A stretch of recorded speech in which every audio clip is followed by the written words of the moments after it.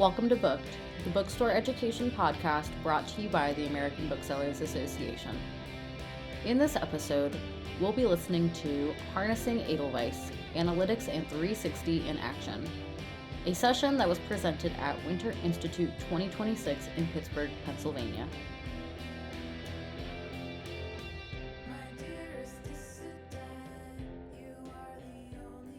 Okay. Hello, everyone. It is apparently already 1:31, so we're going to get started.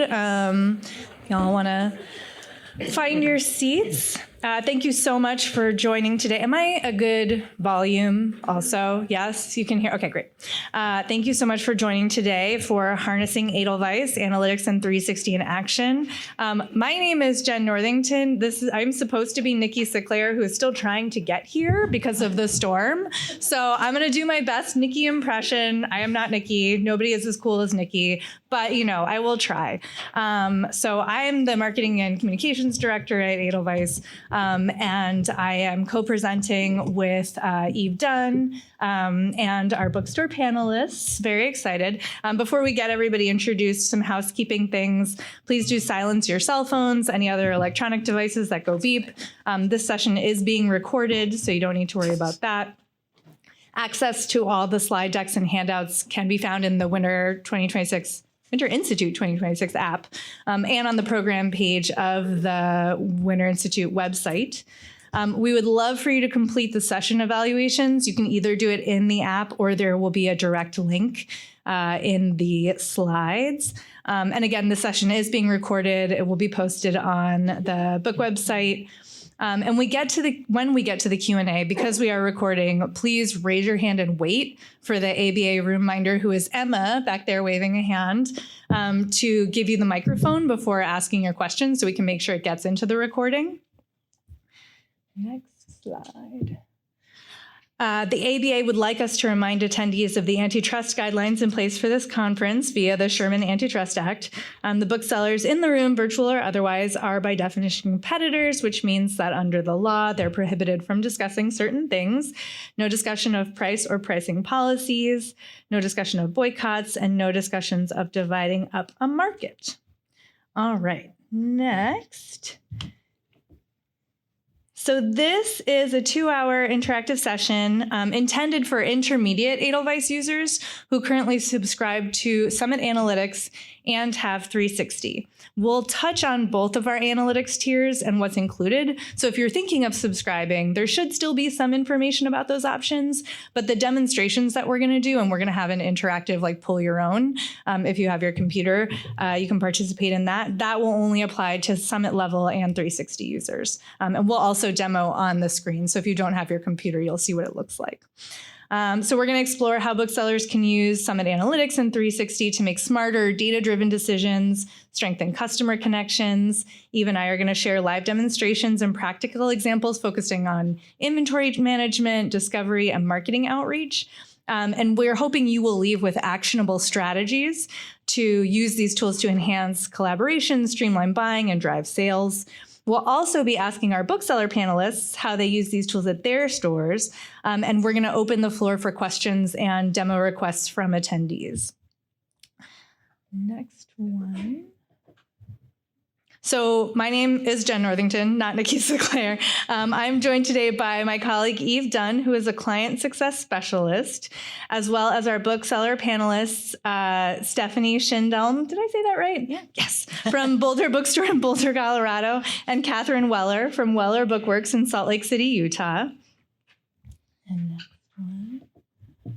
All right, so for this session, we're going to take a brief look at the analytics options that are available for retailers through Edelweiss. We're going to be looking heavily at the Summit tier features and functions and how you can use these tools to discover new titles and manage existing inventory for your store. As well, you can view the metrics of your bookseller community to support your buying and stock decisions and discover where you can reduce or expand your inventory based on your customers' shopping trends. Then we'll have a Q&A with the panelists where you can bring your questions. So during this first part of the presentation, we won't be stopping for questions until we get to the end. And then we'll have some demonstrated activities with our panelists, and that can be part of the Q&A portion as well. So 6 is where we should be.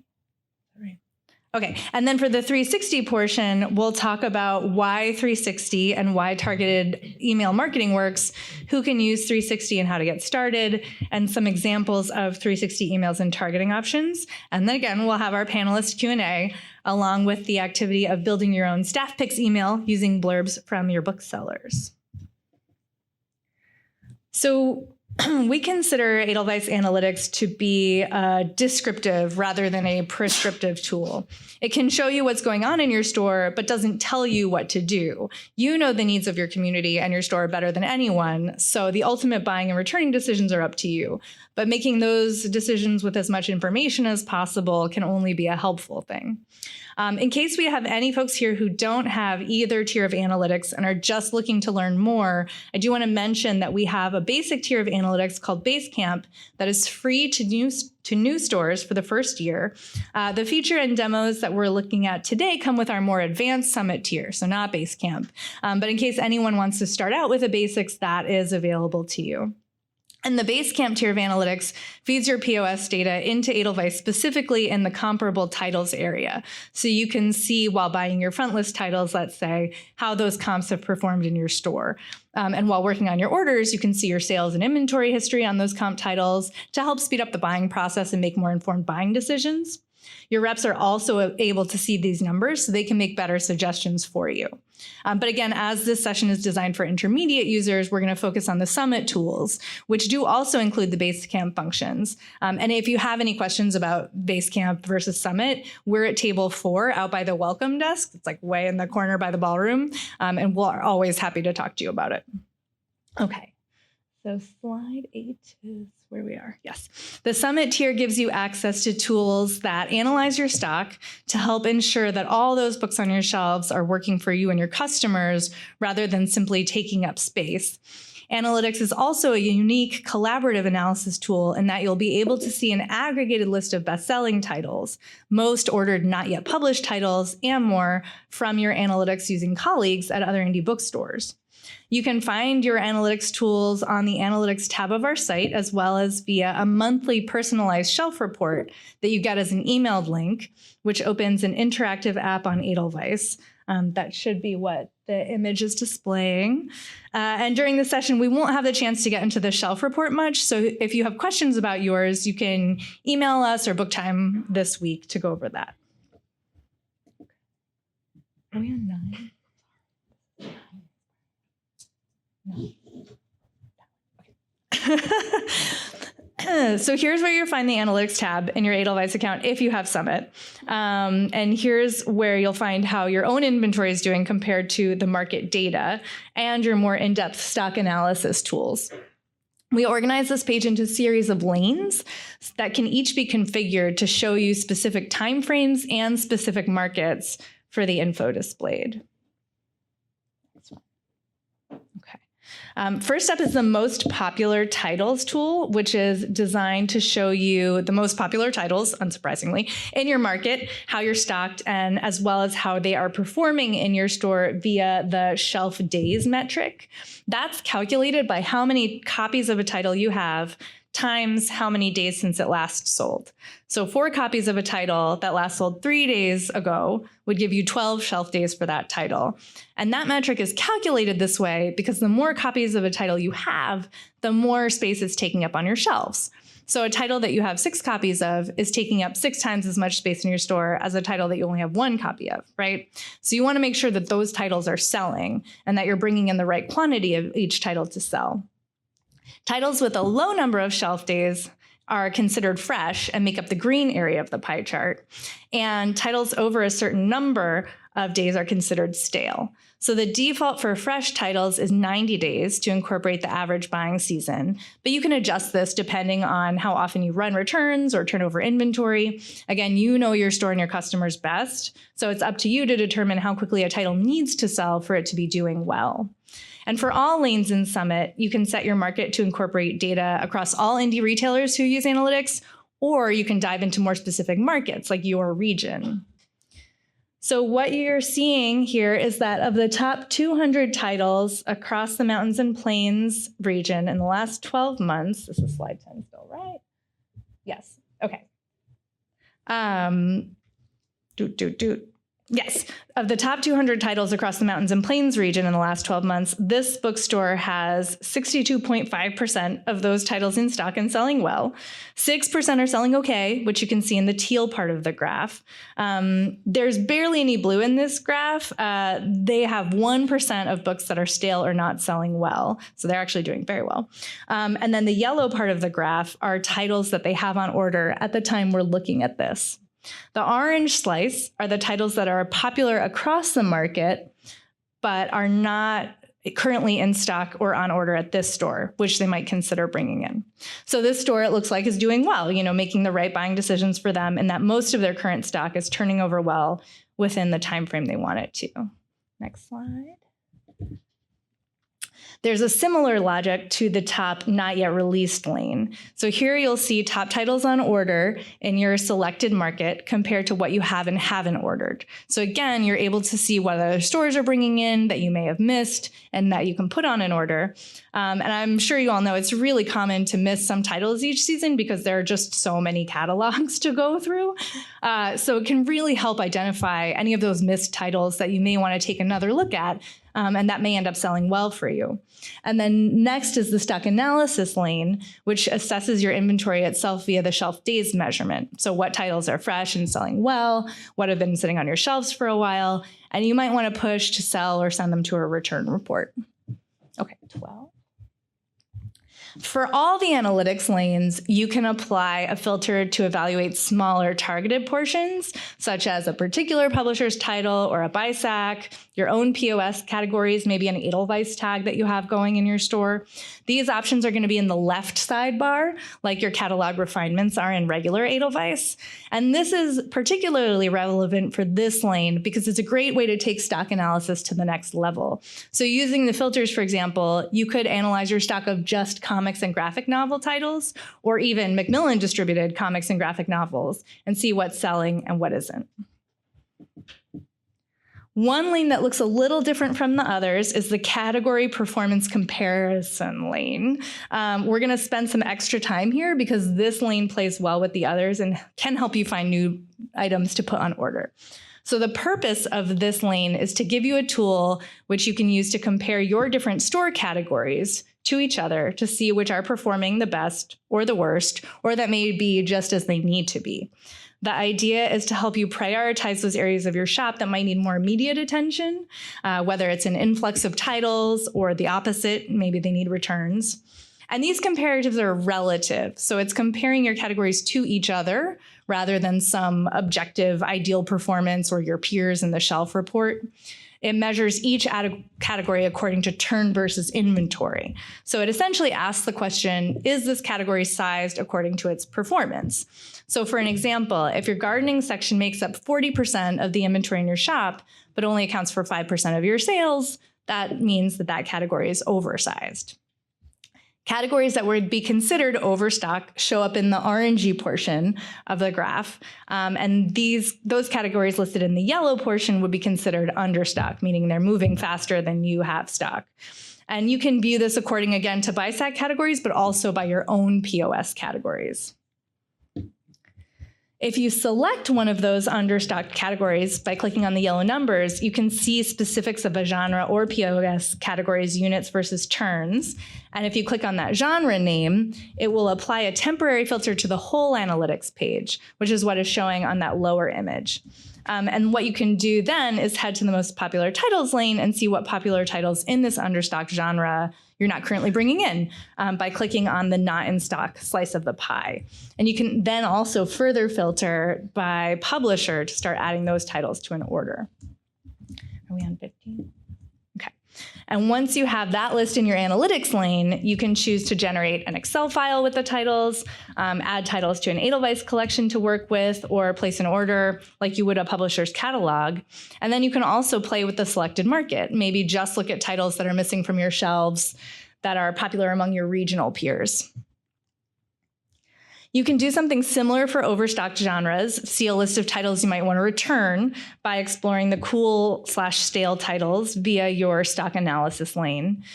Here it's pulling titles to return for a section that is overstocked by selecting the genre from the category performance comparison then looking in your stock analysis lane and selecting the portion of the chart that's blue for titles that are stale.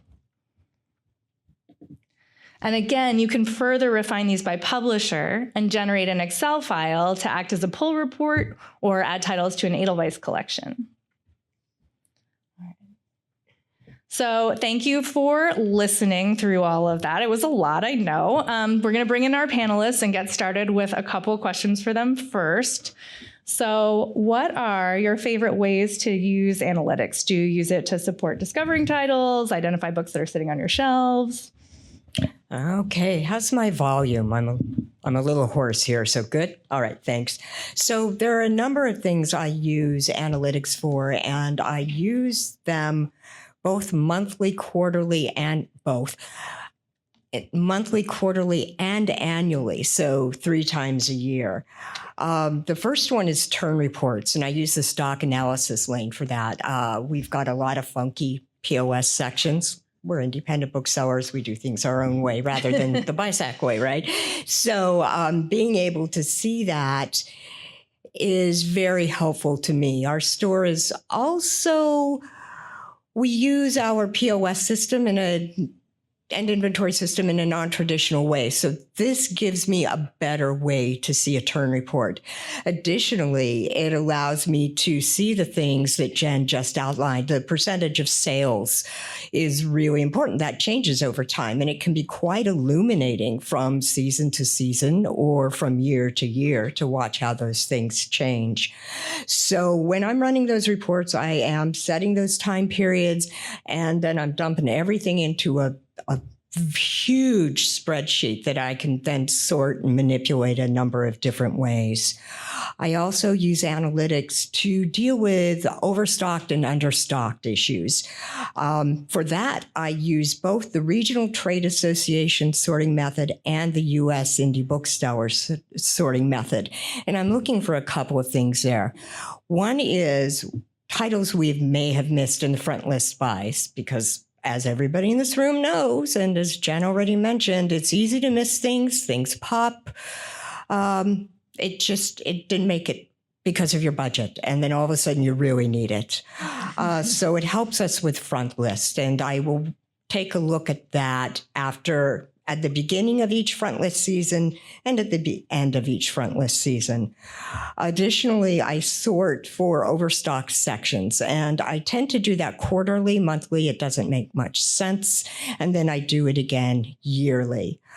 And then I look at understocked titles, and both overstocked and understocked, I use BISAC codes, and then for overstocked, I use my POS codes too. Sorting by or limiting by BISAC codes and sorting by them allows me to see inventory that I shelve differently, or that I don't have and I wouldn't see because it's not rolling into the right points in my POS sections. So it acts as a really nice current awareness illuminator there. I analyze our front list buys, and I do this at the beginning of each season. This is a less than perfect process, because what I'm doing is I'm going into the catalog analysis and I'm setting it to U.S. indie retailers. So it gets all of us. I can't just limit it to my store. Hint, hint. I'm taking notes. But I can take a look at that. So I can see the effectiveness of my Harper buy in summer of 2025 when I'm getting ready to buy summer of 2026 from Harper. And because publishers often have seasons in which they're stronger or certain areas are stronger, that is also very illuminating. Harper's great for the summertime for us because of things like mysteries and beach reads, all of those paperbacks. Other publishers I would look at for spring buys differently and fall buys differently. So being able to see that seasonality is really important to us. There's one thing I use in terms of snapshots. And again, this is because we are kind of a a funky store in some ways, and that is the historical overviews. I use those to get a quick snapshot on inventory analysis. So basically the gross numbers of what I've got on hand versus last year in terms of dollars. The way our system feeds into Edelweiss, I can't really use the other things in those lanes, but they're very powerful. We're a new used and rare store, and the way our data loads up makes the turn reports in that lane not so helpful for me. But if I were a new bookstore, I'd be in that lane all the time. And when we upgrade our systems in the middle of the year and our data uploads differently, I will be in that lane all the time. And Jen, since you mentioned taking notes, yes. Turn reports, there's that time period setting the monthly, quarterly, and annually, which you can do. But as a user, it's very helpful for you to do that either at the beginning or the end of a month. I am not necessarily so organized. So being able to set those time periods myself so I can go in the middle of a month and do it like we had in old Edelweiss Analytics, that'd be super awesome. That doesn't mean this is not a helpful thing. It just means I have to be more on the ball with how I use Edelweiss. I mean, I don't use the analytics as much since I do event stuff. So I'm more here to talk about the 360, but I think our buyer Arson does a lot of the same stuff that you do with analytics. I mean, I don't think he would ever want to buy a season without having the analytics to be able to look, when he's looking through the catalogs, just seeing those sales numbers as he's looking at the new books is invaluable to him and to the kids buyer as well. But, yeah, I mean, the main way that I like the analytics is in the event grids, being able to scan through and see like which authors have. It's like, oh, this author, we've sold a lot of their backlist really well. I should probably put something in for a request. So yeah, that's hugely valuable for me on that side, just to be able to quickly see those numbers without having to go to the POS and look up the author's individual titles or any of that. So. Yeah, it's pretty invaluable. And just seeing the turn reports and seeing like sections that we need to work on expanding. I know that was since COVID, we've been selling sci-fi and fantasy way better. And just like looking at the numbers, it was like, okay, we need to add some more cases to this and some other sections that aren't doing as well. So we can shrink those to make room for this new section to expand more. So it's really helpful in the store in terms of seeing like, this is where people are going right now. So we need more space here and they're not going here anymore. So we can push that over a little bit. Yeah. It's a great point too, that it's not just for buyers. The analytics can help with other sections of, or roles in the store as well. Yeah, absolutely. So Catherine, have you uncovered anything surprising using analytics, like sections that were more popular than you realized or genres your customers weren't as excited about as you thought? Yes. Oh, so much. That description that Stephanie just had with shrinking and growing sections is one of the great things about analytics. But several years ago when we first came into Edelweiss and I ran turn reports and I would send them out to all of our department managers or buyers, for years, people wondered, why do we have a math section? And then they saw the turn. That is why we have a math section, and is why we still have a math section. It's also why we shrunk general fiction. I've always thought of us as a nonfiction store, and our numbers until recently proved that to be the case, that general fiction, not so much for us, except for a few niches in there. So we were able to shrink that section, use that space, which is always dear in a bookstore, and those dollars also dear in a bookstore, for something else. My most recent surprise is that now we're selling some general fiction. And so I have to start thinking about buying that differently. That's kind of interesting. Mm-hmm. Well, at least you have a cheat sheet of what everybody else is ordering. Yes. And one of the things that's also been extremely helpful, we're a store that's been around a long time, like Boulder. We've been around decades. And so we have these expectations of what our buyers want. But of course, that changes generationally, always. Back in the day when my father-in-law ran our store, it was huge for Western Americana. That those people have been dying, and thus the section was dying. That's kind of sad to say, but that's the truth, right? But recently, with the revisioning of Western Americana and the revisiting of own voices within that historicity, we're starting to see new life in that section and new titles we can bring in, which is where that overstock, understock comes in again. Very nice. So clearly that has helped speed up your ordering process, right? Oh, yeah. What do you use all your extra free time for? Well, I'm a bookseller, so I like to go out on the driving range and work on my slice. No, I can use it for more hands-on inventory management. I can use it to facilitate training when we're working sections. I use it to free my time for other things, all of the other things that none of us have time to get to every single day. And then, as Stephanie mentioned, with just the base camp tier of analytics, the buying process, I and my buyers are the kind of freaks that when we had the stacks of print catalogs, we would look up every comp for sales history before we created the numbers for our orders. That is phenomenal. Being able to see those numbers, like Stephanie looks at in grids, like Arson looks at when he's making a buy. Oh my God. I can't even speculate on how many hours that saved. Yeah.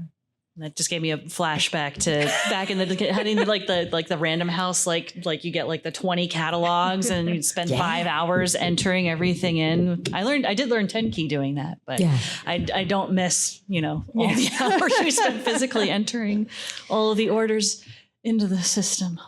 Yeah. But yeah, I mean, I know it definitely for Arson, it's freed up a lot of his time. He does more general managing around the store. He always likes to spend time like going to the people around the store, checking in with them. He helps a lot out in used books. He helps out in receiving because he does a lot of the remainder receiving as well. So it just kind of frees him up to do a lot more around the store beyond just buying. So. Yeah. So tips for fellow booksellers?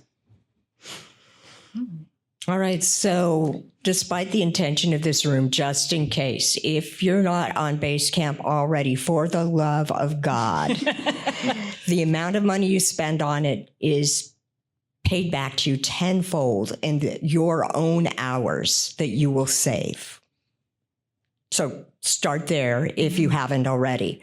Moving into Summit, I really like to look at, I think those stock analysis lanes are really cool. So you can really get a nice look at your POS categories so that you're able to see how they perform first. And that gives you a good idea of how the data flows and how it can be manipulated within all of analytics.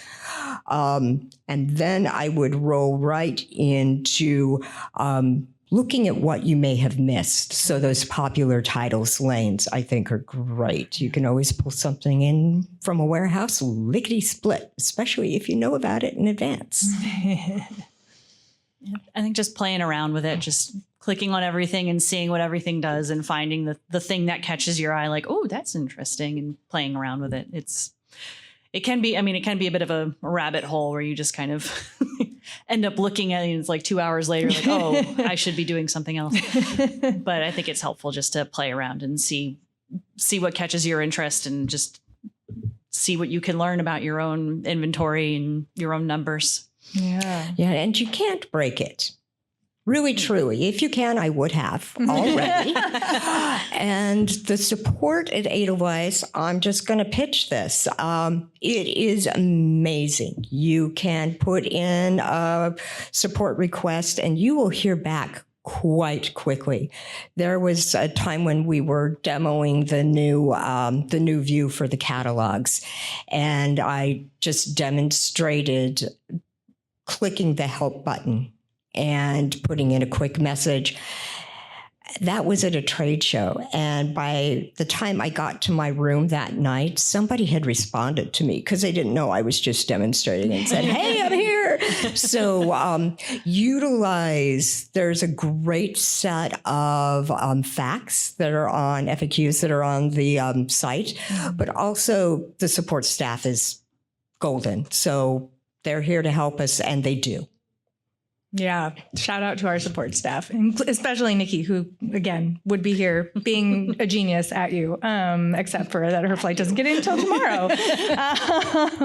Okay, so we kind of talked about learning to use it and where to get started and good places to begin. Anything else before we do a little demo? Or let's demo. Let's demo? Okay, so we're going to do that. So what we're going to do is practice pulling a report of titles that we would like to take some sort of action on. So, fill out increase the section or pull a returns list to rejuvenate one that's already overstocked. So first we'll show you a demo, and then you can try it yourself. And then I will be sort of circulating to help if you need it. So I'm going to turn it over to you, Eve. Okay, thank you. How's my volume? Good. Yeah. We're going to do a little demo of pulling your own report. Like Jen just said, I will demo that first, and then we'll put up on the screen some sort of screenshots for that. So bear with me while I jump to Edelweiss. So as we started with, you can see that if you have access to Summit Analytics, you can go there from your homepage and from the Analytics tab. If you don't have your laptop, then just enjoy the show, I guess, or find a friendly neighbor or an unfriendly neighbor to look over the shoulder of, just follow along. So I'm going to jump to the analytics page. This is actually my old bookshop's analytics, and I did not ask if I could use it, but sorry, that's not fine. sorry, Dan. Yeah, sorry, Dan.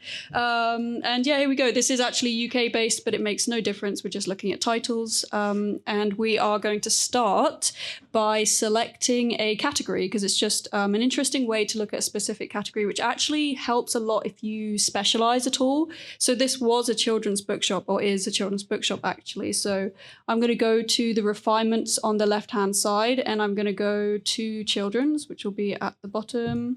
But select any category you'd like biography, for example, might be a good one if you think, oh, perhaps my biography titles aren't that well stocked. And you'll see that has been set when you see the refinement option at the top here.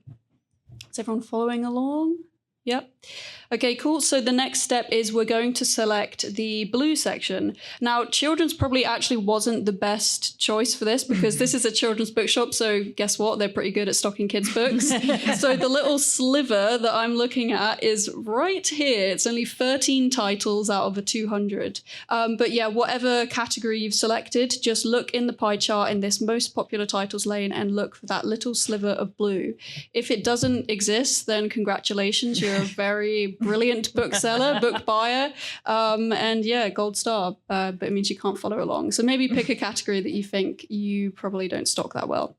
So yeah, I'm going to click into that sliver, and you'll notice that it starts changing the titles. And now these are not just the top selling titles, they're the top selling titles that this shop does not stock, or this store, I should say.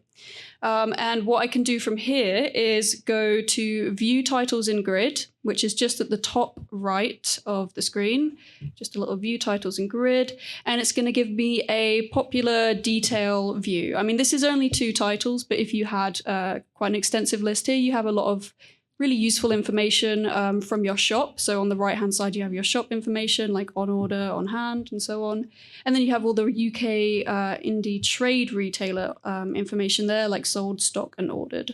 So what we're actually doing here is pulling a list. We're going to create a collection. So what you need to do is go to the other actions symbol here and just click onto that.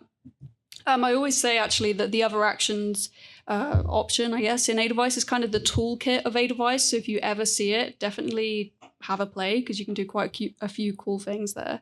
So I've selected other actions and I'm going to press select all. And now I can see that 2 are selected and I'm going to select other actions again.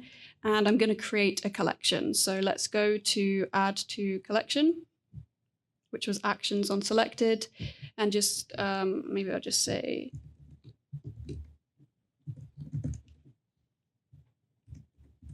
so children's understocked. And so I've just given it a name and then I'm going to press that little plus icon and it's been added to a collection. For those of you that aren't familiar, a collection is like your own unique list of titles, which is, for all intents and purposes, looks exactly like a catalog, but it's private to you. So I can actually click into that now if I'd like. And from this collection, I can even create an order. So if I were to go up here and create an order and access the quantity box, I can do that. And I can also create a PDF and an order sheet. So I won't go into that now because I think, we just want to stick with that. But that is a very speedy look at pulling a collection list. Now it's your turn, so no pressure. Should we say 15? How many people have their laptops? Yeah. How many people have laptops? Okay, let's do 10 minutes of demo. Yeah. And so we'll circulate and come around and chat with you. And then, we'll put back up the steps here. And then after this is the 360 portion. So if email marketing is important to you, that's coming soon. Okay, here we go. We're coming. This is kind of like, I don't know if anyone's seen Bake Off, but this is your chance to bake, and we are the judges. Is this the technical challenge? This is the technical challenge.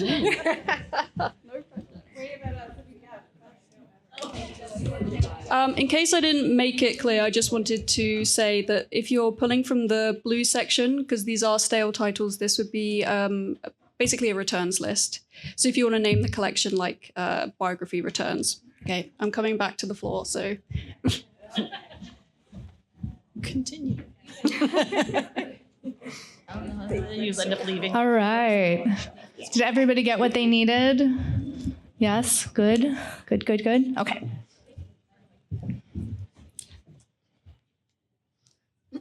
Sorry. We didn't plan this handoff very well. Okay, so now Eve is going to finish drinking her water and talk to us about 360.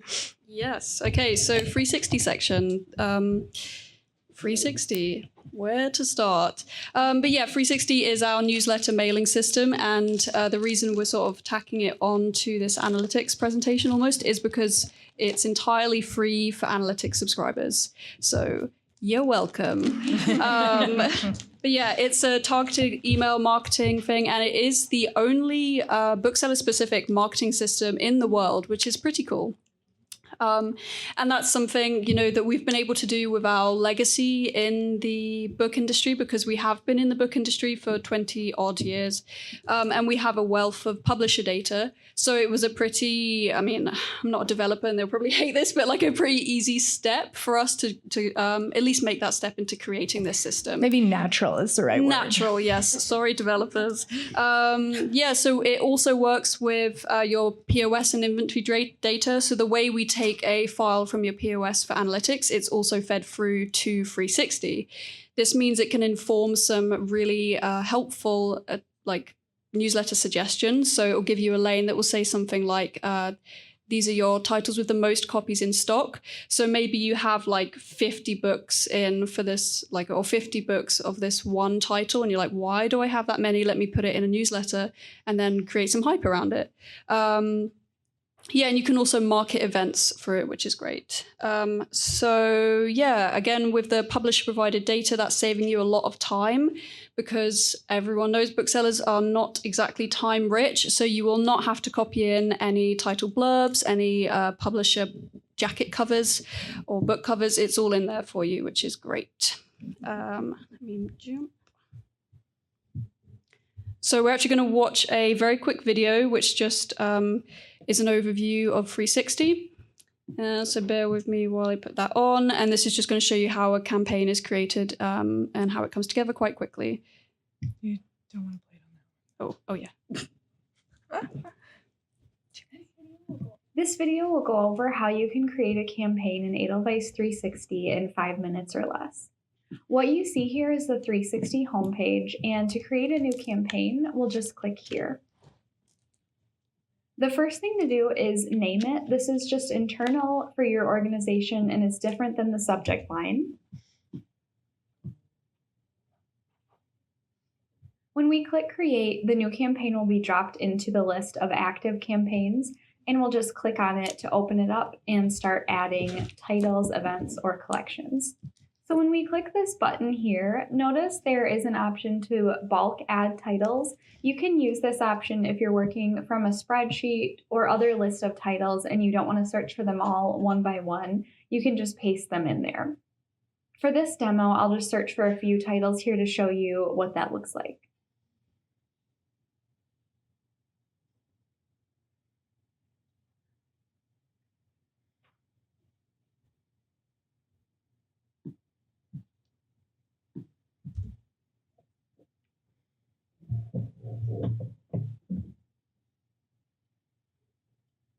I've also already created an event in 360 that I want to add to this campaign, so I'll just search for that here.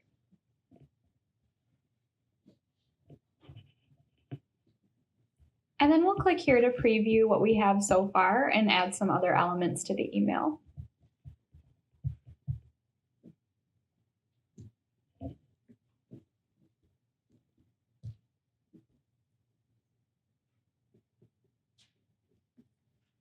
The first thing we'll do is type in a subject line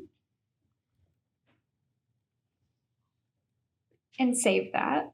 And then here we can add a message. You can keep this area really simple, but can also add images and links throughout the message if you'd like, and can also change font size and color and things like that. We'll save that, and this is what the message area looks like.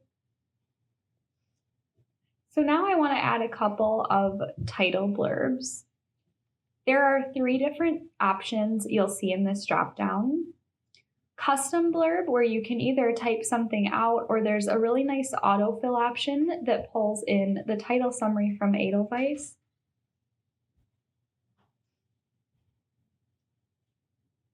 Staff reviews are any reviews that you or your colleagues have submitted on Edelweiss, and then publisher supplied would be if this publisher had taken advantage of the option to upload blurbs created by their marketing department for your use in 360. So I've chosen custom blurb here and clicked autofill, and this is text that can be edited as much as you'd like, since these can be pretty long. So I'll just do that. And I'll do the same thing here.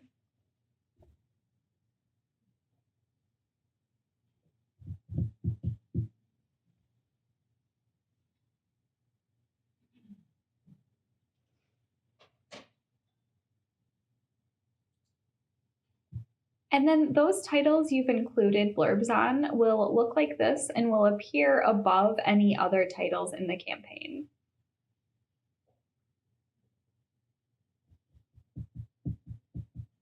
Going back up to this section, there are just a few other things that can be customized. So these settings come from your default preferences in 360, so they don't have to be changed, but can be overridden in an individual campaign. So I'll change this to our favorites this month.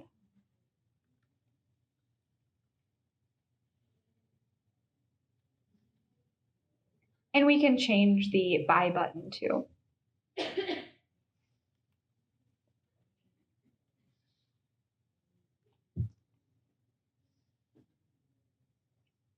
As I mentioned, your font, text color, and background color can all be changed as well.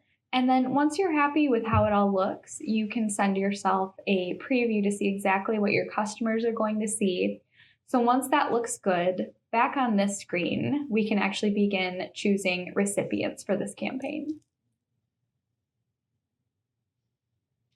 So I'll start by pulling in customers who've purchased from my cooking section previously.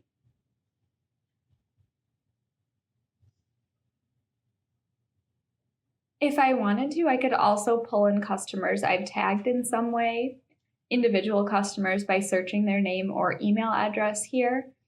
And then this checkbox down here is usually a good idea to quickly pull in any customers who've purchased comp titles.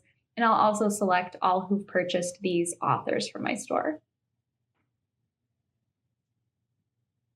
So with that, we have 655 recipients. If I click back into here again, I can make any final edits, and I'll see either schedule to send later, which allows you to choose a day and time that you'd like the campaign to go out, or you can send now to those 655 customers. And then this campaign will be moved to the completed section on your 360 homepage, and before long, you should see some results start to come in. Okay, shout out to our colleague Shayna who made that video. So I just wanted to call out some design elements of 360 and how it fits into general Edelweiss. So you can build your campaigns, your newsletters as you're ordering. So as with analytics, it's really designed to meet you where you work. So I think it's, because we've had a new list view change. To the left of each title, there'll be a little icon that says add to campaign or add to an event. So maybe you're doing an order and you've just ordered like 30 books, then perfect, add that to a campaign because you're going to want to build some hype around those titles. And because if you have 360, you will by default have analytics, you're also going to be able to see titles that you are doing really well with or have stocked a lot of, and you can add those straight to a campaign as well. So another really cool thing about 360 is the ability to sort of collaborate with your staff. So if you are a multi-staffed bookshop, you can feed your Edelweiss reviews straight into 360 and feature them in your newsletters. We didn't see an example of that in a video, but we will see that shortly. And it's a great way to sort of hand sell away from the shop. So obviously, hand selling is such a huge part of independent book selling or just book selling in general. And often your customers will have, it sounds a bit like rude, like favoritism, but they will have staff that they trust more than others or they have a special relationship with. So no one should take my recommendations on history, I guess, but if they want dystopian fiction, then definitely talk to me. Because if all of your staff are on Edelweiss, which they should be, they can have a profile picture, and that also feeds through in the newsletter, which is great. So it's like they can, your customers in their inbox, they see a nice little picture. So choose your profile picture wisely is something I would also add. And like I said, we're going to look shortly exactly how this staff picks works. But I'm just going to go to the next slide, which is some newsletter examples. These are from Boulder Bookstore. The first one is from Boulder Bookstore, which is cool. And that's an example of how an event feeds through. And then we have The Little Bookshop, which is a bookshop in Leeds, England. And that's where you can see an example of changing the whole campaign color. Obviously, if you have your hex codes, that's great as well, because you can feed in your brand colors. With that, we are going to move on to the bookseller perspective and ask Stephanie some questions. So to start with, what is your favorite way to use 360? We mostly use 360 to promote events, and we usually do that in a more targeted way. So we also use MailChimp, and we send out a weekly on Mondays newsletter that has all the events we have for the next 2 weeks and a couple books and community happenings. But for every event, we also do the targeted 360, which we really love because it's our customer data comes through with the analytics. So we can send for every event people who have bought books from that author or people who have bought books in a similar subject. So we usually aim to get around at least 200 emails, and it's almost never tricky to do. So and we do that for every event. And another thing I really like about it is that we can set it so that the email you send doesn't send to anyone who received an email from you within the past however many days, because we don't want to inundate our customers with too many emails. We feel like two emails, if they get our weekly email and then one event feature, that's like most people are going to be okay with that. So that makes us feel comfortable being like, okay, we can set up a number of these campaigns in the same week or even on the same day and not be worried that our customers are going to get like 100 emails from us all at one go. And it really helps, I think, for targeting for our events. We definitely always see like, it's like, okay, that blast went out and here are the ticket sales coming in for those events. So just being able to target particular customers who've bought books from a similar subject matter or comp titles, very, very helpful. And another thing that we do, particularly during the holidays, is, I kind of think about all the different sections we have in the store and then sort of pick out like eight books that we're excited about for the holidays in each of those particular sections so that we can send, if you bought something from Sci-Fi Fantasy, here's like 8 books that you might be interested in. And just looking at like like how those campaigns do, they always do really well for us. We always see, like when you send the email afterwards, they give you really great statistics. Like you can see like how many people bought something specifically from that email, how many people just bought something from the store in general. But it was like that 10-day halo, I think is what that one is called. So just being able to act like very quickly see how effective the campaign is very cool and satisfying to be like, yes, it worked. But it's the other thing that I really like about 360 is in comparison to a lot of newsletter things like MailChimp or Constant Contact. With MailChimp and Constant Contact and a lot of other of those types of things, you can send a certain amount of emails. Like you pay for a tier and you get a certain amount of sends in a year. Whereas with 360, there's not really a limit. So I find it a great way to complement what we do with our other emails, because it's like, especially if there's like a last minute thing that comes up, it's like, we started a literacy foundation and we had a school that wanted to, they gave us a wish list of books they wanted to get into their library. So we sent out an email at 360 to everyone on our list saying like, hey, this school is trying to get books. Like, here is their wish list. And I think they had like maybe 100 books on their wish list and we sold out of all those books in like a day. So that was very cool to see like people respond to something in a very quick and fun manner. Like people were just really excited to help out a school that needed to build up its library. So yeah, having the unlimited sends is very handy. Sorry. Go ahead. I love that you mentioned using both MailChimp, I think you said, and 360, because that's the thing I like to tell people too, is that, the editor in 360 doesn't really lend itself to like lots of different columns and fancy layouts. And, if you have like a really developed brand already on a platform like MailChimp or Constant Contact, some people get frustrated trying to recreate it in 360. And so my recommendation is always don't do that. Like get it, so that it looks like it's part of your brand and use it as a supplemental. And then you save money on your paid service. And you may find that eventually you don't care as much about how many columns you have, or you do, and you want to keep both of them. But that is, it's, if you're already paying for analytics, like we keep saying, you have this tool. It's free. It's free.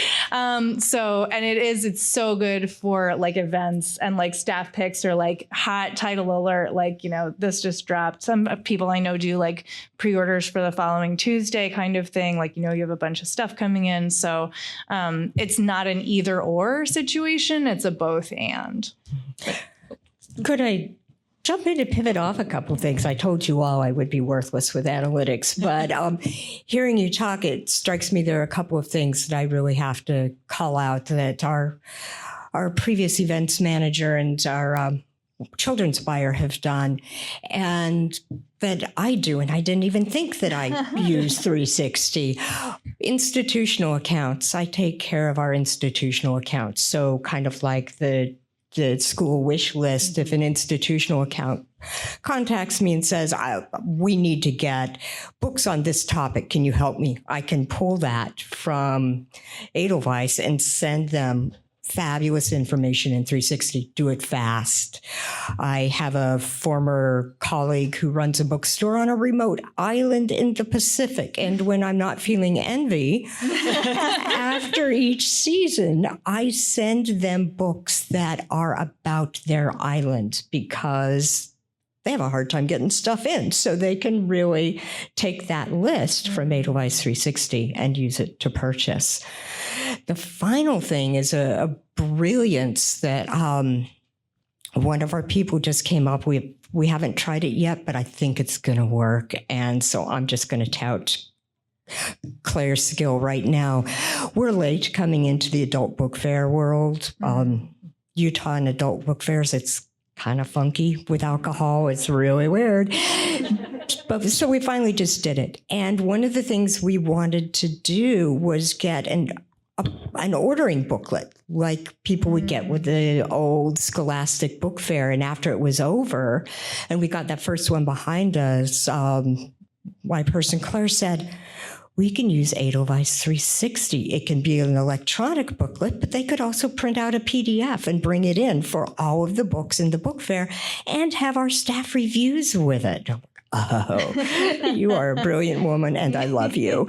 So I give that to you all now because I think it's really good. But all of those weird things you don't think about that you just need to make supplemental marketing for. There's so much. If you just let your mind bloom a little. Yeah, no, it's a brilliant point, I think, especially if you are using MailChimp or something else like that and you have analytics, so you have access to 360. Start by just, using an example like that. I remember when I was at the bookshop I was working at, I would actually use it for like single customer outreach. Like someone came into the shop, it was a children's bookshop, and she wanted every book on poo that we had. So I put together a campaign that was children's poo books. I was very proud of it. I had like 7 titles. Bum or face was included in there. I don't know if you guys have that. Yeah, no. Right. Right. I won't use the other word. But yeah, no, and it was great. Like, it had all these titles, easy access for her to see the jacket cover, a little blurb, and then she could click on to the link, which went straight to our e-commerce. And she could, order all the poo books her kid wanted. So yeah, it is about making it work for you, especially if you're not quite ready to make the switch. I think also if you are a newer bookstore and you haven't dipped your toe into newsletters yet, it's a great way to get started with newsletters because, again, like, you don't have to pay extra to some other platform to be able to get started with it. You can kind of, because it is a very simple and easy to use. It's very intuitive, and you can make it. I mean, like, you can spend a lot of time doing a lot of things with it, but you can just start out very simply, especially if you're like a bookstore that has 2 people who are running it and maybe don't have the time to spend hours designing a beautiful newsletter. You can start out small, just get get signups as people come in and want to be your customers, add them into Edelweiss. I know we have iMerchant, and our customer, when we add the newsletters in iMerchant, it gets uploaded. So that's how we get the emails into Edelweiss, but you can also add it manually. So you could just do that. And then even if you've only got 5 people on your newsletter, you can like start building it out that way. So it doesn't have to be like starting off with a list of 20,000 people or whatever. It's like you can start wherever you are and build from there and just kind of figure out what it is that your customers are really reacting to. Yeah.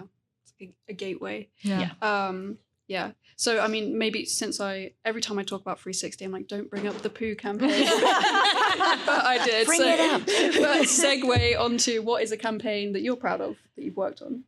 I mean, that was a great example earlier with the schools, like book list. Yeah, just promoting our literacy foundation has been very satisfying because it's a great way.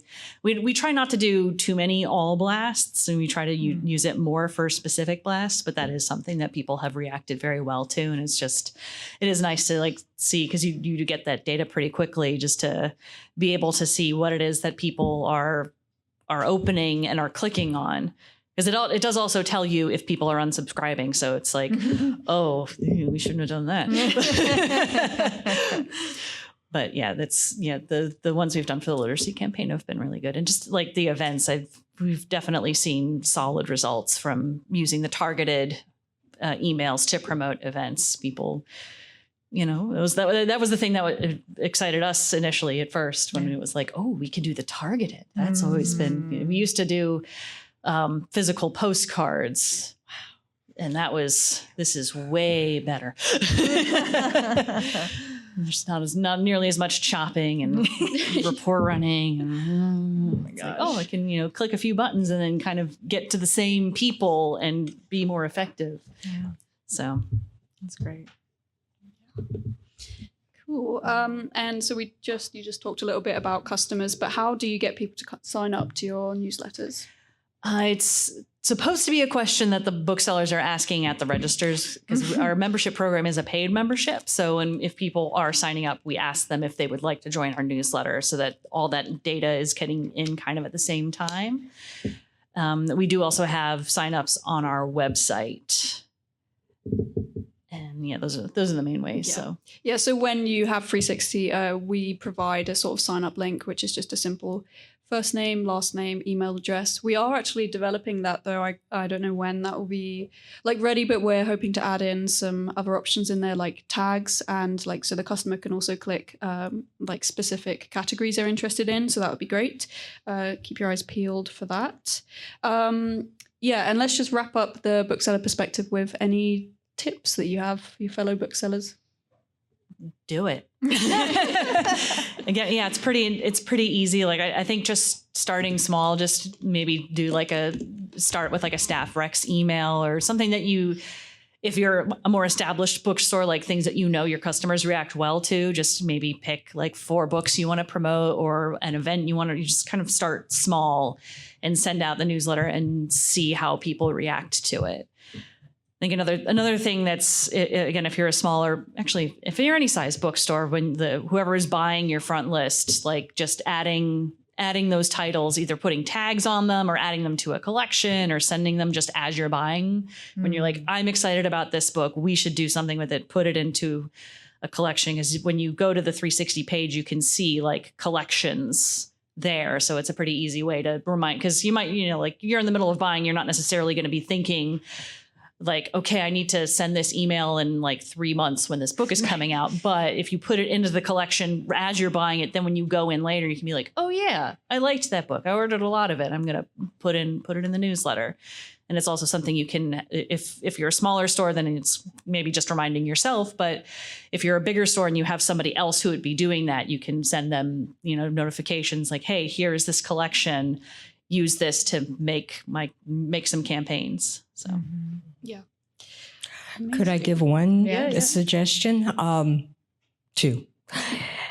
Get your staff on it. Eve said it already, but absolutely get your staff on it, because it does empower them to submit reviews to wherever, all of the places, and you can use those reviews in your marketing. It also enables them to give you feedback in your buying process. Those, as Stephanie mentioned. Getting people to sign up for your newsletters, take a QR code to your offsites. Oh. So they can just scan it and sign you up right there. You could put the QR code at your registers too. If people, why not? Just put it everywhere. So smart. Okay, cool. We're going to demo now. It's great. There's definitely mentioned as a tip, starting with a staff picks, because that's what we're going to look at. So I'm going to demo how to put together a staff picks newsletter, and then you have a chance to try it yourself. Again, if you don't have 360, just enjoy my demo.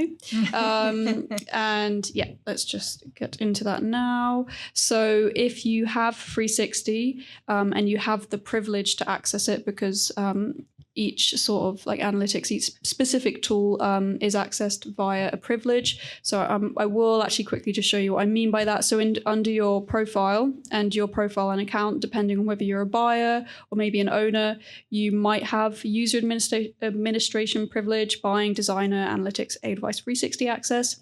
So yeah, if you have this privilege here, Edelweiss 360 access, you can access the newsletters. Talk to your manager at the bookstore if you don't and you think you should. So once you're ready to go, you can go to the little 360 icon up here, just click into that, And let me just check. This is actually, yeah. And that's going to load 360, which, yeah, there we go. Again, this is the bookstore I used to work at. And we're going to start by just looking through the lanes. So we have these upcoming events, Bounce and Rhyme. That is a throwback. When I used to work at this shop and still at Edelweiss, I would be in the basement of this shop on a Monday, and any Monday meetings would hear like baby Bounce and Rhyme, which was great. And yeah, so here we have those lanes we're talking about, which are similar to analytics. So your most ordered, not yet published. And if we scroll all the way down, we have positive staff reviews. So this is anything I think that's an 8 or above. But then you actually have pros. So this is reviews that have text in it.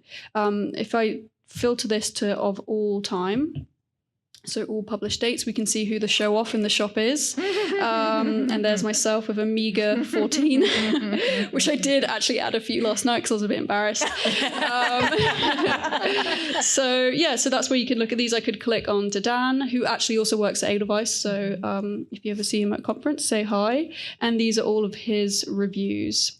So I could just add them to a campaign from there, but I'm actually going to go back to the top and I'm going to create a campaign. So let's just say,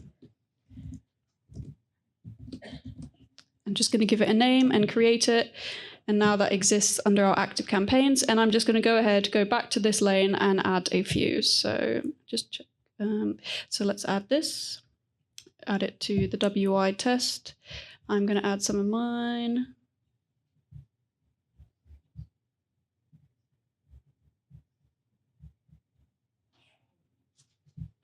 And I'm going to add some of my colleague Sally's, ex-colleague. So yeah, I'm just pressing that add campaign button and I'm adding it to the campaign that I just created. Okay, so now I'm going to jump into that campaign by pressing its name. And this is where you can reorder the titles, you can add customers and add more titles. But we want to just look at adding those staff reviews. So I'm going to go to the preview and send, which is where you edit all of the email content settings, basically. So just because I've added those titles, it's just showing them like this now. But obviously we would like to add the reviews. So what I'm going to do is go to campaign title blurbs. And I'm going to pick the option. So I'm going to open this little menu here. And if I wanted to add the publisher blurb, I would pick custom blurb, but I'm going to go to staff review and I'm going to select. And I'm going to do that for each of these. So staff review.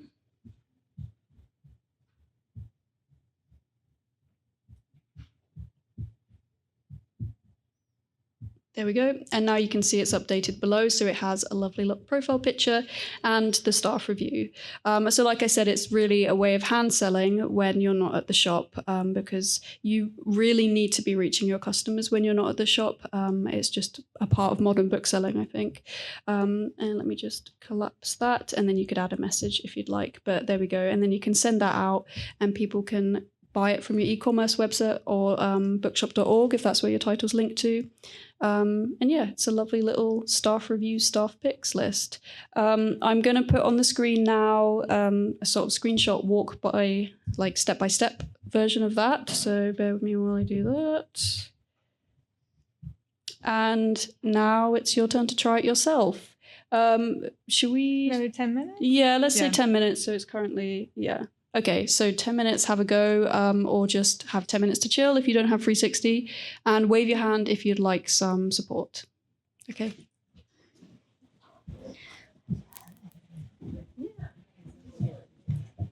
Look, we're doing pretty good. I think so too. Yeah. We'll see. There we go. Yeah.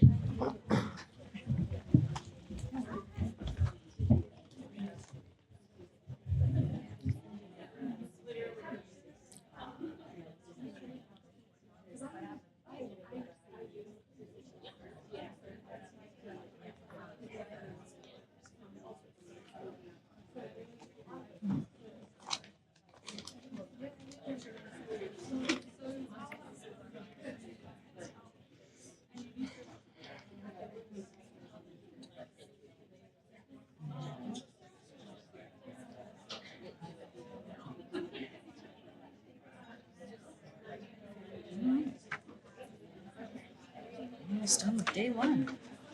Right? Yesterday was the first day into the timeless void. It is a multi-day conference. I know I have to get All up of because yesterday the sun thinking it was shining. Monday. Exactly. Yeah. I don't know what day it is. It's just soon it will be like the holidays when I don't know what day it is. I haven't had enough sleep and I ate too much cheese.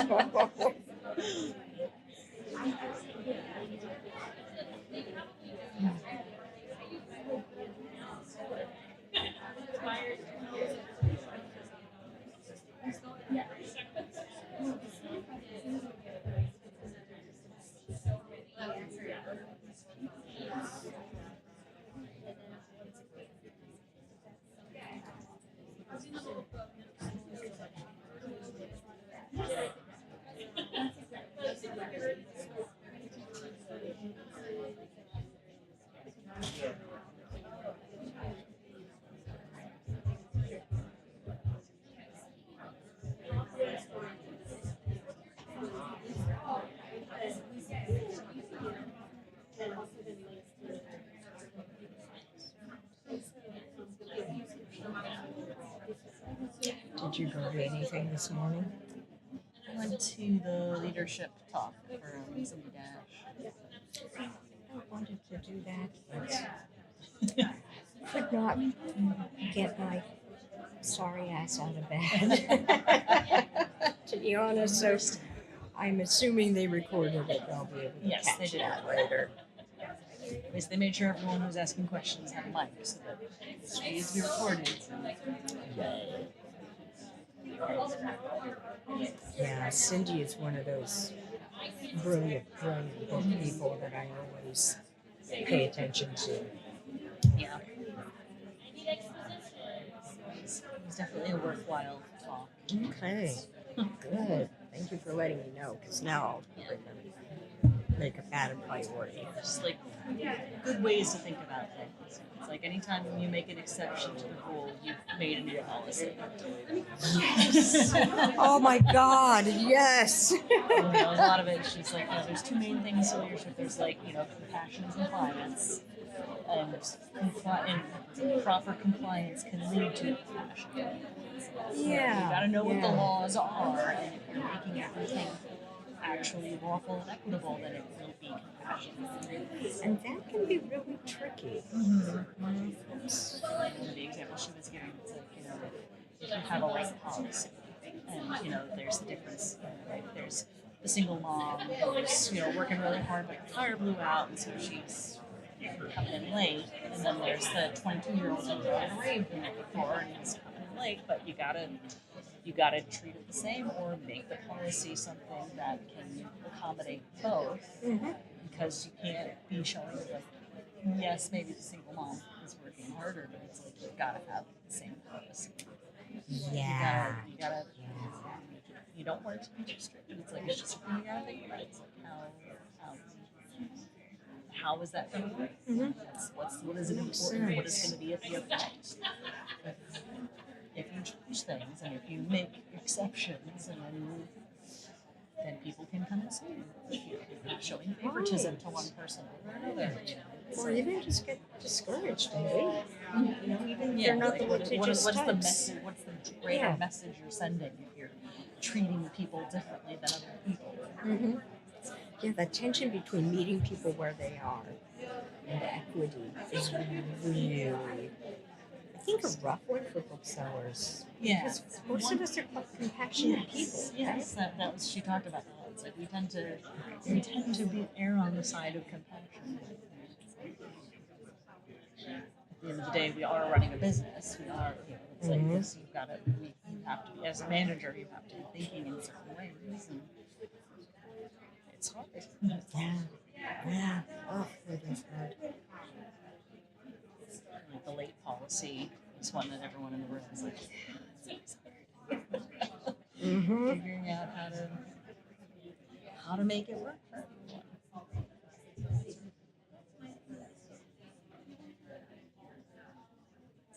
And just as managers, tricky when it's Jen? as managers how it can be tricky when it's like, you know, someone who's a bookseller and they're all friends, and then someone who's a manager, and it's like, how do you manage your friends? Sometimes you have to focus on friendly, not friendship, you know? Yeah. I think that's really hard for any store that promotes from within. And I think that's a value a lot of us have. So It's like you want to be friends with the staff, but at the same time, sometimes you need to discipline, and it's not going to work if you feel like you can never discipline your friend. right. Because then it's like, again, you're creating different standards, and it's not equitable. Equitable. I love how we can still use that word. We can. I think at one point she phrased it, she's like, despite what 47 says, Title 7 is still a law. Yes, it is. 47 says. This is a law. These are important.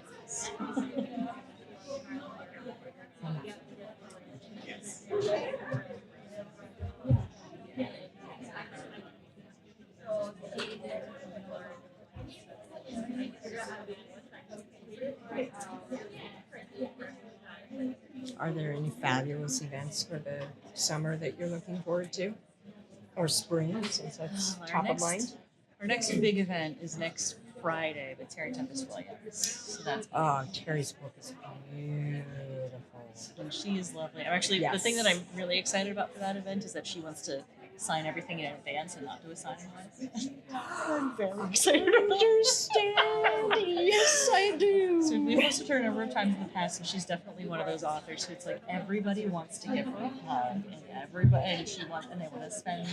I think the first time that I was present for an event we had with her was in store, and it was like 150 people, and we typically close at 10, and we had to stay we closed everything else down except where the event was, because she was signing books till like 11 o'clock, because everyone in the line had to have their moment. They all And I had was just like, when they were like, when the publicist was like, she's not going to do it, she will sign everything in advance, she's not going to do a signing. It's like, I bet that's a new COVID policy because of the hugging. She doesn't want to Maybe be so. Yeah. Whatever it is, that's fantastic. Yes. It's like, it's not quite as, like, I think that, the audience maybe isn't quite as happy when there's not the signing at the end, but because it's like, okay, the event's done. Once it starts, it's like, we're done. Yeah. She's going to talk for however long she talks, and it's book a ticket too, so it's like, I don't have to worry too much about, like, how long we're talking. Let's hurry up. Yep. We're trying to wrap it up in an hour. So.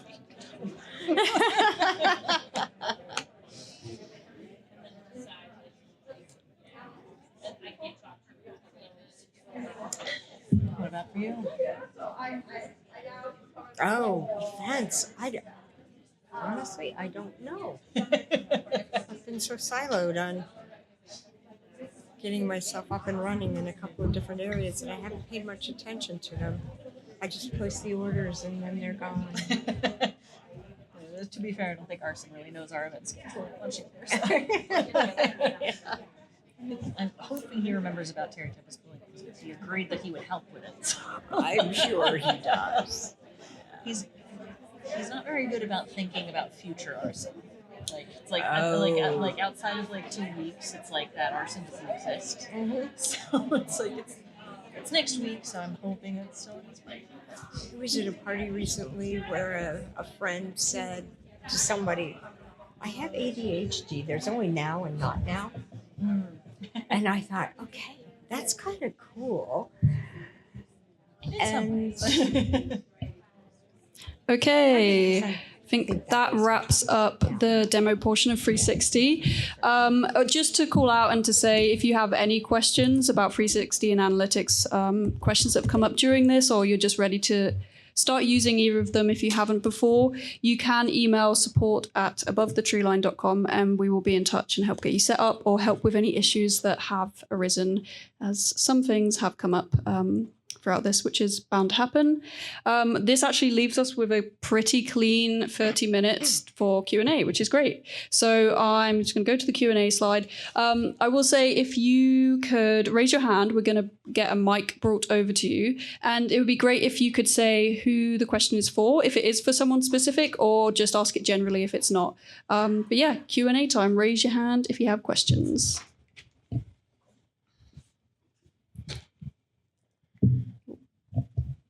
Hi. This is probably for not Nikki Sequoia. Not me. Yes. Yeah. So as far as I know that she, I don't remember if it was Catherine, discussed the historical information, and, you know, wonderful to be able to just be like, hey, what was that last year? Or do you all have the ability to create a detailed CSV of the shelf report so that we can kind of keep a lot of the more in-depth subgenres on file, maybe on Excel, so that in December of next year, I could go back and look and see like what all those subgenres were as well? Because right now it's like I would have to print out like 8,000 PDFs of each one. So is that going to be something that you could work on? Yeah, I think I'm right in saying that what you could do is first set the category filter, so you have it for a specific category, and then go to the historical overview. And for those of you that are not familiar with it, it's like a line chart of your historical overview of sales and stock data. And you can click on a specific month. So you could click on the December, and then it would already be filtered by children's or something. And then again, with the sort of other actions menu and the like open titles in grid, you would be able to pull an Excel file of that. It's all a bit like not easy to follow when you're explaining it like this, but I think my answer is basically yes, you can do that. If you want to email support about that, actually, then we can like confirm exactly how possible that is and show you how it's done. But yeah, hope that answers your question.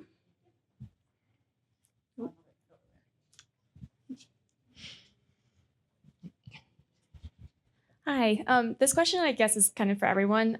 We just went to the Abacus workshop this morning, and I was wondering if there is any benefit or any recommendation to kind of comparing and contrasting the data we get from the, summit or the order stuff here and the detailed breakdown we get of sales and everything from the ABA. Do you recommend keeping those separate? Have you used both of those before at the same time to kind of help with overview? Or, just kind of how you merge those two things, or if we should or not? Yes. Yeah, we do. Because those turn reports that I generate, we will, they break down in much greater detail than the Abacus reports do. But we can take those Abacus numbers and say, okay, our sales per square foot isn't where we want to see it, based on what we're seeing with highly profitable stores. And then we can take that turn report and look exactly at that, where those sections need to shrink, or how we can massage up those sections to get the sales per square foot up, or even our turn. Sometimes, it's when there are really terrible years, and we all have them, being able to look at those turns and then compare and contrast with Abacus will allow you to greater refine that information for your store. Thank you, Catherine. Make an Emma trek across the room. Get your steps in. Yeah. Hi, this is I think it's for Eve, basically. So we've been using 360 to send emails for like a year, and I've never made it an event in 360. So I just did for something we have coming up, and it was very easy to add the associated titles. But then when I go to the draft of the email, I've got the event information there, but the titles don't pull with it. Is that a thing that is supposed to be happening? I know how to add the titles in just like I would for any other email. But what does that, I guess, get me to associate the titles with the event if it's not that? Yeah, so you will have to add the title as you usually do to the campaign just through the add title module. So what's happening is when you create an event, you can add an associated title, and that's linked to actually a sort of, okay, it's getting a little bit like nebulous here, but basically when we created 360, we also created basically an e-commerce website that bookshops can use if you don't have your own website, and that is where the title will link there. So yeah, again, a bit of a like difficult thing to explain when you're not seeing it in front of you, but when you create an event in 360, you are going to want to link the title as you would with any other title, or at least include an image of it in the sort of splash image for that event. So the answer is, because I assume you have your own website. Yeah, so the answer is it's not really helpful to you, which is, I guess, just good to know. Yeah, but thank you for the question. Hello. I don't have you guys yet, but I'm at a really small store. So mine's kind of two parts. How many staff users can use, like have an account with you guys in one shop? And then if the customers are shopping through 360, does it like support the store directly, or does it support like Edelweiss? Yeah, great questions. So first of all, you can have unlimited users, and it's actually reminded me of something that I wish I'd brought up earlier during the demo. We actually, at the shop I used to work at, we added a user that was for our customers. Now, our customers didn't have access to it, but what we did was basically if because it was a kids bookshop, kids often like came in and wrote little reviews. We type those up and include them. So it would be like BookBug's customer, and that would be the little profile picture. And we'd be like, this review is from this person. Yeah, so unlimited users, you can add as many as you'd like. And as for the second question, this came up actually on the floor. So you set up your preferences when you create 360, and you choose where each title automatically links. So that could be to your website. It could be to bookshop.org, or it can be that you edit each title manually to go somewhere differently. So I guess the answer is it's up to you where you want those titles going. If you have a specific like website e-commerce, you're going to, I assume, want it to go to there. Yeah, and then I was just talking to someone about this. Maybe if you don't have an e-commerce website, but you don't want it going to bookshop.org because you want to encourage people to come into the shop, you could set up a little page with your ordering information and have titles linked there. So yeah, it's a long-winded answer, but basically they go where you want them. Yeah. Any other questions?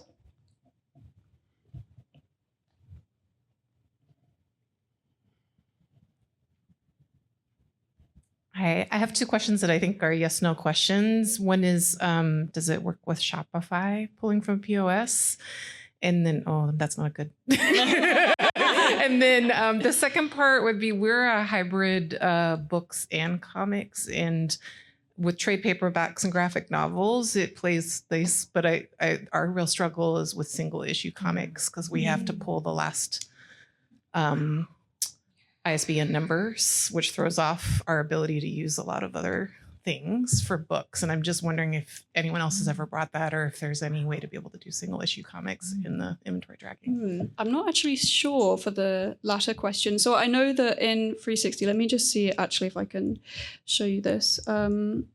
Because another thing that comes up is like non-book items. So you'll notice that there is a hide non-book products option here, which obviously suggests that you can have non-book products in here. And I mean, what is happening with 360 is that files are coming from your POS system.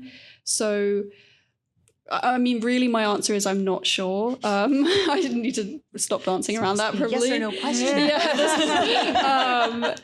I would suggest you email support about that, because they will be able to confirm definitely whether those single copy issues can come in. And very helpfully, my question about Shopify is I also don't know, because what I can do is I can pull up our list of compatible, integratable POS systems, but I'm more familiar with the UK ones, and I'm not actually certain. Yeah, so not very helpful, but email support, and they will definitely be able to let you know about that. I will say I'm erring more on the side that I don't think Shopify is compatible. I don't know. Not yet. Not I think yet. we're working on some Right. stuff. Yeah. Also, while this is moving, I'm just going to show you that customer thing. So that's the BookBugs customer reviews we have. I don't know if it's showing. Yeah, there we go. So these are either from book club or just from customers who've come in and written a review. I bought a bookstore that's now going to be 53 years old this fall. And I've been there for 10 years. And I'm not Catholic, but this feels like confession because when Catherine said that you have lots of books in categories that aren't BISAC categories, the entire store was set up with no BISAC categories in my case. And so that's what I have used and never felt entirely competent with, because I've never been able to figure out how to translate where books would go in our store by category from how they're identified in Edelweiss. Consequently, we have a very antiquated and awkward way of receiving our books. It takes a long time. I'm the owner, buyer, manager, newsletter editor, all of those things in my store. And so all of the things you've said make me realize how many tools are available to me, but I don't know how to use them. Mm-hmm. So this may be the first question that I would ask, but when you're setting up translation tables or trying to make those things speak to one another, is that a really long process? Because none of the things you've showed me today, I mean, it's miraculous that you can do them in such a short amount of time, but I can't do it until all of those other things are done first. Yeah, so I think, jump in if this doesn't sound like what you were talking about, but we actually do category mapping on Edelweiss, which is a bit of a, it's not like a huge task, but it's a time commitment to set up once, and then it maps all of your categories, your store categories, with BISAC. So then it will feed through everything on onto 360 and Analytics as well. And it also is worth noting that whatever your store categories are, obviously the books exist in the book world. So when they get fed through into Edelweiss, Edelweiss knows what categories they are in terms of BISAC. Is that kind of, I might have misunderstood the question. Does that, okay, cool. Yeah. I can actually just show you very quickly. Under your profile, which also, while I'm here, if you're on General Edelweiss, go to your profile and account. And that's where you add your profile picture. So that will feed through into 360. But yeah, once you're in your profile, under settings and preferences, there's category mappings. So all of these categories are, Batchline is a UK, mainly it's actually US as well, but yeah, system that this store uses, and they're mapped to FEMA, which is UK BISAC, basically. Again, you're not supposed to remember all of this, just email support and we'll help with that. Sorry, I keep going on mini tangents, but we have this little help icon here. And if you click into that, it takes you to our knowledge base, which has help documents and videos on pretty much every part of Edelweiss. So if you search mapping in there, category mapping will come up. Okay, any other questions? Could I just add on to that question? Because you mentioned something like a translation table. And this is something I don't know, because there are the shelving sections, your POS sections, and there are your display sections. Is there a way for Edelweiss to get data from display sections if you create them as a section within your POS system? Yeah, so if they are basically a shelving section, like if they have their own section code, they would show up as a section. Now, what I don't know, and support would know, is probably you have those in multiple sections, right? Like you're going to have them in, let's say, nonfiction biography and display table 1 or whatever it is. So I don't know how multiple categories get handled, but support would know. Mm-hmm. Yeah, because that could be really interesting. Yeah. You could use it to measure the effectiveness of the placement of your displays. Mm-hmm. Yeah. So Okay. Oh, actually, that is a good question, a good point. So one thing, talking about measuring the success of displays in analytics, this is something I did back in Christmas for this bookstore, is I created a collection. So again, just my own unique list of titles, and I added all of or most of the books that were in a Christmas display, and I put them in catalog analysis. So when you're in catalog analysis, you just go to that little cog icon and you select the catalog or collection you want to view, and it gives me this breakdown of the titles that turned really well, that are fresh and hot, and also the ones that are stale. So these ones were not doing well in the window. So excellent. Yeah, so create a collection when you're doing your display. Probably best to do it before you put the titles in. I was jumping in the window and grabbing books, which is not. Okay. Any other questions? Yeah, what would be the easiest way to look back, for example, on like fall 2024 Macmillan front list order and essentially generate a report card? Like how that order sold through, the level of returns, to kind of help analyze how your front list is looking? I have no idea. I think that would actually be what I was just talking about as well, because you can select, like I said, if I go to this cog icon, I can get rid of the catalogue of Christmas books, and then I would search for a catalogue there. So I would maybe the specific publisher full front list. But what else you can do is go to orders. So go to your orders tab, and whether you're looking at active or completed ones.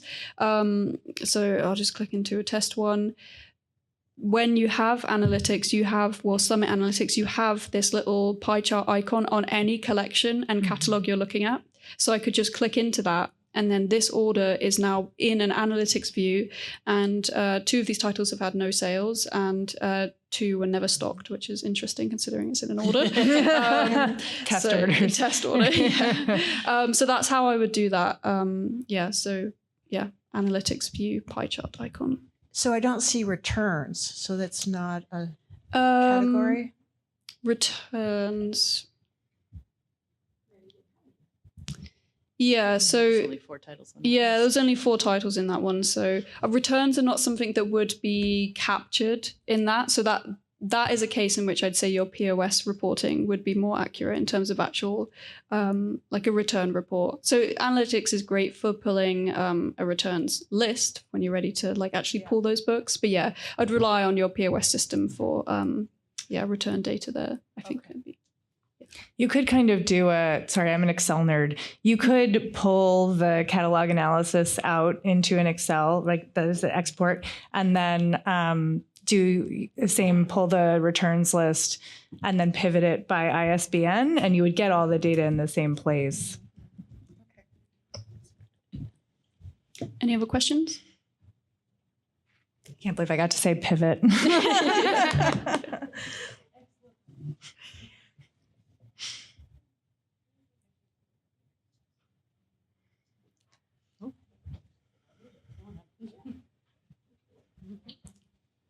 So I have a quick question. You had mentioned that in terms of email signups, this is something I've been begging Indie Commerce for, the ability to have people be able to sign up for your newsletter on Indie Commerce. But you mentioned a link, and it's something I have not seen. Yeah. So where do we find the link that we could then, because right now I've created a web form on Indie Commerce that people click on and they sign up and it goes to me, and then I manually add them to our POS, which then gets them into Edelweiss. I'd like to try to eliminate some of that if I can. Yeah, definitely. So what you want to do, I'm not sure if this should have been sent to you maybe when you started or something fell through the cracks, but basically when you're on 360, you need to go to your settings and make sure I click the right one.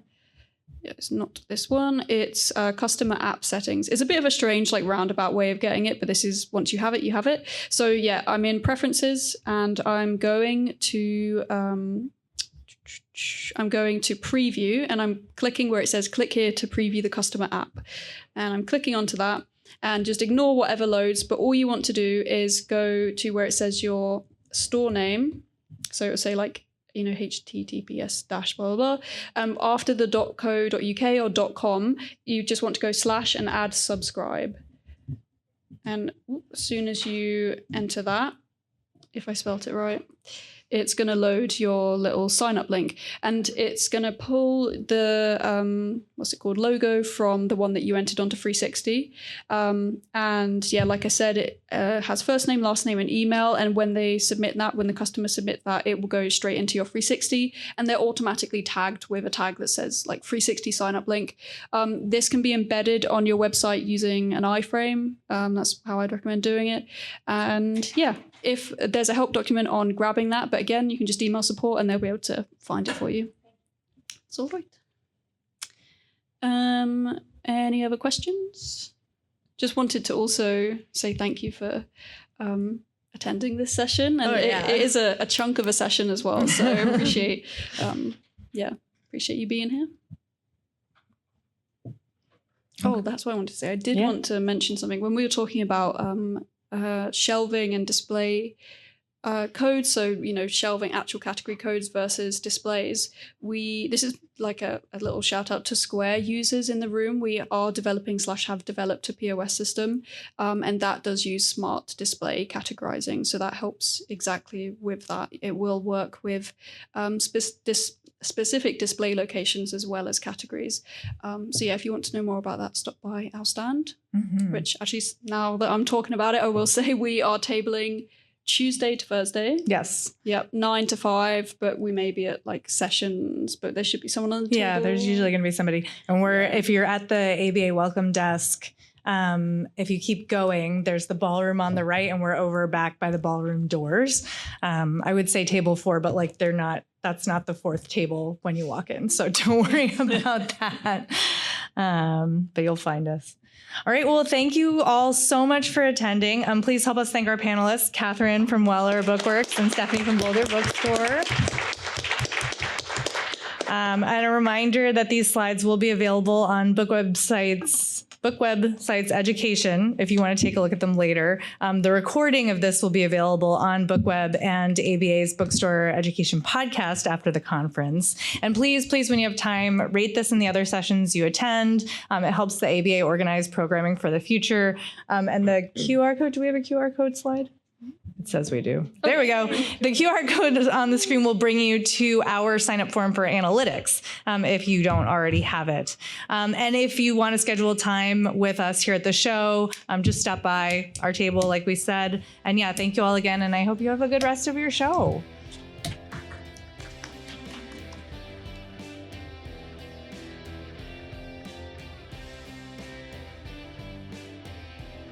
Thank you for listening to Booked, the bookstore education podcast brought to you by the American Booksellers Association.